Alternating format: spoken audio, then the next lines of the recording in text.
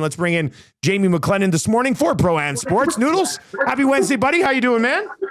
Not too bad. How are you guys doing today? Good. Taking a run down memory lane with Val Kilmer today. Like, Doc Holliday is a top 5 character of all time for me. So we've been doing a bit on the show since we relaunched here, Tombstone Tuesday, which we just play a ton of clips from the movie. But I just don't know how he was great. I mean, he's Iceman, he's Batman, Jim Moore, like he did so many great things. Doc Holliday's like the GOAT character for me, but I mean, he's been through a lot. Tough news still yesterday, but what a legend. It was. And to be honest, that one slid through the cracks. Like, I didn't find out about that until late last night. Yeah. And I actually was sad about it. You know what I mean? Like, you're like, God, like that guy, as you mentioned, you feel like he's been part of your life. Like, was he not involved in Heat, that crazy shootout in the movie Heat with Pacino and De Niro? I believe Kilmer was one of the... Was he one of the guys in there too? Yeah. Oh my God, yeah. I'm 100% sure. I'm 99% sure he was in the movie Heat, which was unbelievable. But, you know, I look at Doc Holliday, that's one of the greatest characters of all time in the history of movies, if you ask me. Like, I've got a list of movies. You guys know I love Shawshank Redemption, Good Will Hunting, like those I can watch, and I've watched 100 times. You know, Forrest Gump, I feel like I was the Forrest Gump of the NHL. I was always in the background for a bunch of things, but the I'm Your Huckleberry, like all of those lines, like he just from Tombstone, ridiculous how good he was. So it is a sad day, or was a sad day yesterday of finding out late last night. I was thinking about him today. Jamie McLennan with us on the show this morning, brought to you by Pro-Am Sports. The Oilers last night, kind of a dud first period, had one shot in the first 17 minutes. You're like, oh man. And then, I mean, they flipped the switch in the second. They were outstanding in the second period. That's a pretty damn impressive win last night. It was, because watching it, I got back to my hotel room at the perfect time to 10:05 and my time, and got to watch it. And I thought they were sluggish to start, but I didn't think Vegas was overwhelming. But I kept thinking to myself, okay, Vegas is going to beat them here. They're just going to squeeze them. And then I think I could be wrong, but I felt like that Wallman goal broke everything open. Yes. Because it just, it's a bomb of a shot that you don't think is going to go in, and all of a sudden it's in. And you're like, okay, they got life. And then I thought Arvidsson was skating really well. That line was moving. Podkolzin was really dangerous, which is rare for me to say, because I think he gets a ton of chances, but he doesn't finish a lot.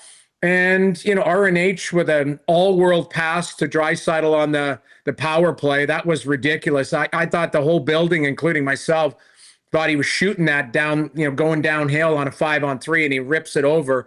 But I thought there was some special efforts last night, and it was more of a team effort. You could pull a few guys and go, that guy played really well. That guy, if anything, there's probably on one hand or less, you could think of who didn't play that great last night, which is a good sign for the Oilers. It was a really good team effort. One of our listeners earlier on in the show, Noodles, pointed out that Pickard kind of said to Dorofeyev late in the game there, not tonight, Butch. He came out and was pretty aggressive on a Dorofeyev had some time there, and Pickard, not only stood his ground, but got aggressive in that moment. What have you made of his game kind of, since Skinner's been out, and we kind of asked the question here, how far can this team go with Pickard as your, I guess, arguably 1A right now? Well, I mean, let's throw out the Seattle game. That was a fiasco for everybody, and he didn't have his goods. But what you see is what you get with Calvin Pickard. And you're right, the Dorofeyev, that was a blocker save that he was explosive out. Took a step out, made the blocker save. The rebound, who knows where it was going, but it was like, this guy, he's like, to hell with this. I'm going to get 10 feet outside my crease and go at this guy. Now, I felt like when things are going well, you get a positive bounce, because Dorofeyev had a wide open net. Yeah. I don't even know how he missed that. I don't think he knows how he missed that, where he shoveled that wide, because I thought that was a for sure goal. So there was a few, situations where you're like, okay, I feel like they're coming. And the Oilers did a good job of slowing that down. But Pickard, I've always said this, I feel he can be a good short-term starter. This isn't your guy that's going to play 55 games, but he's going to battle like hell.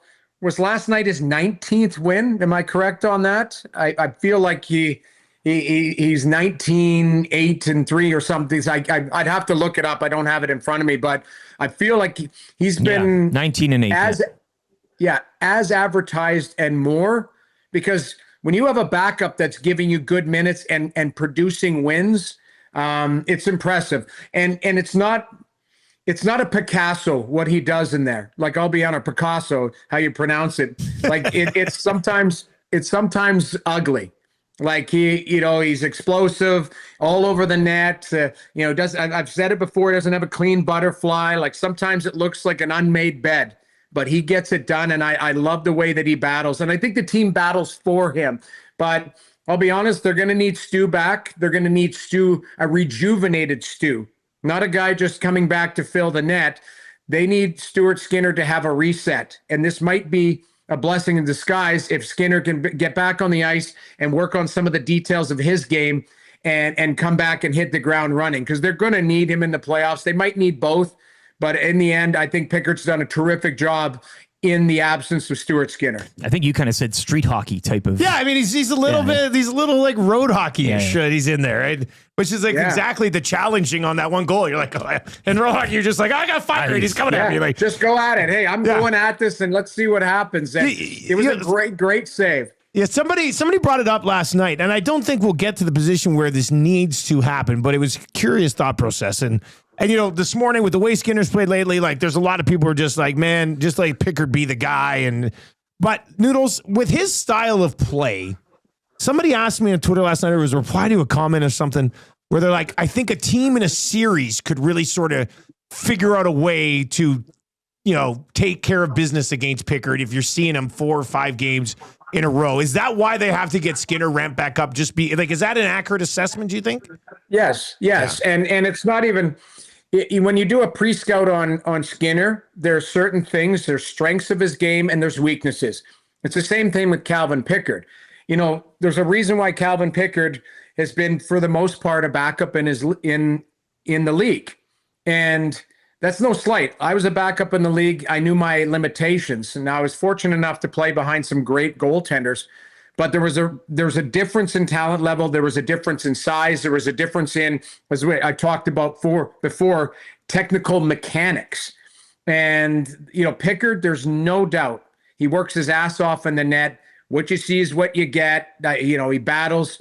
But when you play a team, for example, potentially 7 times, they will expose some of the, warts in his game, just as they will with Stuart Skinner too. But the challenge is, does the team, cover up those warts? Does the Oilers not allow lateral motion plays so that Skinner doesn't get opened up or Pickard doesn't get opened up? Those are the things, because I will say I liked, for the most part, yes, Vegas had a push last night, but I really liked the dedication and determination defensively from the whole group. There were mistakes. There were mistakes that cost chances, but it's a fast game and things happen.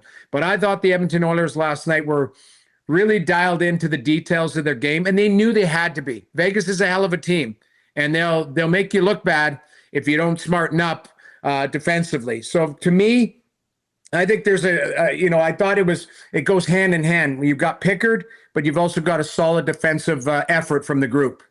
I don't want to just gloss over the Sharks game on Thursday, but they get the Kings on Saturday, which is a huge game, and nothing against Vegas, because they're a great team as well. But I mean, Los Angeles, look what they did to Winnipeg last night. Like, Los Angeles Kings are as legit as they come right now, are they not? They are, and it is concerning because, if they get that extra home game, they've lost 4 games at home all season, and they lost one to the Leafs the other day, which, you could argue, there was a high stick that was missed on the Matthews goal, shorthand goal, a power play goal right after that. But to me, LA is as strong, from a systematic way. Like, they don't give up a lot. The goaltender's been really good. They've got some bite. They've got some speed. They've got some skill. So anybody who thinks that the Oilers are just going to roll in and steamroll them, I don't think that's the case. If in that first round of the playoffs, they're going to have their work cut out for them, and they're going to need all their best players playing to their capability if you're going to beat the LA Kings, especially if you don't climb on top of them as far as the standings. If you end up in third instead of second, that's one less home game potentially in a 7-game series, and LA's been dominant at home. So it's a big game, and you're right. You don't want to gloss over San Jose because San Jose's got some good young players, and if you take them lightly, they can make you pay. But that Saturday night game against LA will be that should be a precursor to what we're going to be looking at. Now, that being said, I know I'm getting long-winded on it. What is this the Oilers team that's playing them? Because I would argue not. That's not going to have McDavid. You're not, going to have Skinner, I think. You're not going to have Frederick. You're not going to have Kane. Yeah, I don't know if Ekholm is close to playing. Like, that's 5 impact players for your lineup that you'll be playing them. So what you're going to do is battle through and then hope that the guys that I just mentioned are impact players when they need to be here soon. Weird night for Vegas as they do lose. They remain top of the division. They clinch a playoff spot officially in the process, but looking at this morning as it stands, I mean, got to be chewing those fingernails at seeing a St. Louis Blues opening round matchup. That's your reward for capturing the flag in the division right now. And St. Louis has something. I'm not going to say it was like 2019 when they won. Like, they just they found it from January 8th and kind of mowed right through. But they do have something special going as far as systematic play. Obviously, I'm sure it's a sore spot because you got Holloway and Broberg playing so well. But, the team has skill. They've got depth. They've got a little hunger to their game and certainly have some confidence now where, they're down 1-0 against Detroit, and all of a sudden they find a way to get it done in overtime. Like this, 10 wins in a row is no joke. So I'm waiting for them to kind of have a market reset, and it hasn't happened yet. But you're right. St. Louis is kind of peaking at the right time. And you're right. If Vegas doesn't, they can't take them lightly, put it that way. I would still take Vegas, but it's not a slam dunk that's Vegas in 4. That's Vegas in 6 or 7, and St. Louis will give them all they can handle if that's the matchup.